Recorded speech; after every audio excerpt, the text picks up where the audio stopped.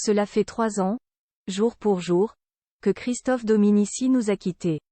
La mort de l'ancien rugbyman est entourée de flou, mais d'après les informations recueillies par Nice ce matin, un détail du rapport d'autopsie permet d'en savoir plus sur les derniers instants du regretté sportif. La suite après la publicité ce 24 novembre est une date à part pour tous les amoureux de rugby.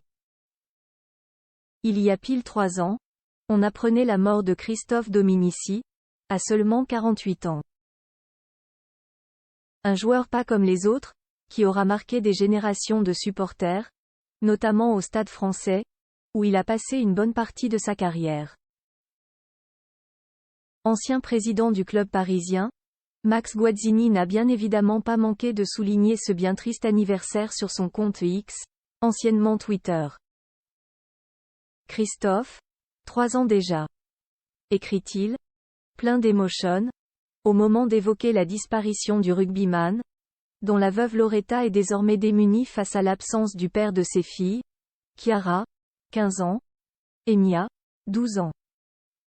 C'est donc le 24 novembre 2020 que Christophe Dominici a trouvé la mort, alors qu'il se trouvait dans le parc de Saint-Cloud, Hauts-de-Seine. L'ancien rugbyman du 15 de France est décédé des suites d'une chute d'une dizaine de mètres. Un drame qui aurait pu être évité à entendre le père du défunt, Jeannot. J'y pense tous les jours. Comment a-t-on pu en arriver là? Il n'allait pas bien. On avait prévu de monter le voir à Paris mais j'ai eu une rage de dents dans la nuit et on est resté là. Si j'étais parti, cela ne serait pas arrivé, ressasse-t-il dans une interview accordée à Nice ce matin. Dans cet article, nos confrères reviennent également sur les thèses qui ont surgi après le décès du sportif, certains privilégiant la thèse du suicide. Les ongles de Christophe Dominici donnent un indice d'après les informations de Nice ce matin, qui cite le rapport d'autopsie. Il a été révélé que Christophe Dominici a tenté de se rattraper au moment de sa chute. Une information vérifiable après analyse des ongles de l'ancien rugbyman, noircis par la matière du mur, ce qui laisse donc entendre qu'il n'a peut-être pas fait exprès de tomber. Il ne dormait pas, il était tourmenté.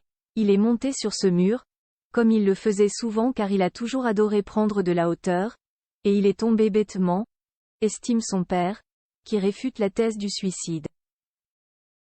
Une information certainement importante pour la famille et pour les proches de Christophe Dominici, qui pleure les 3 ans de sa disparition en ce 24 novembre.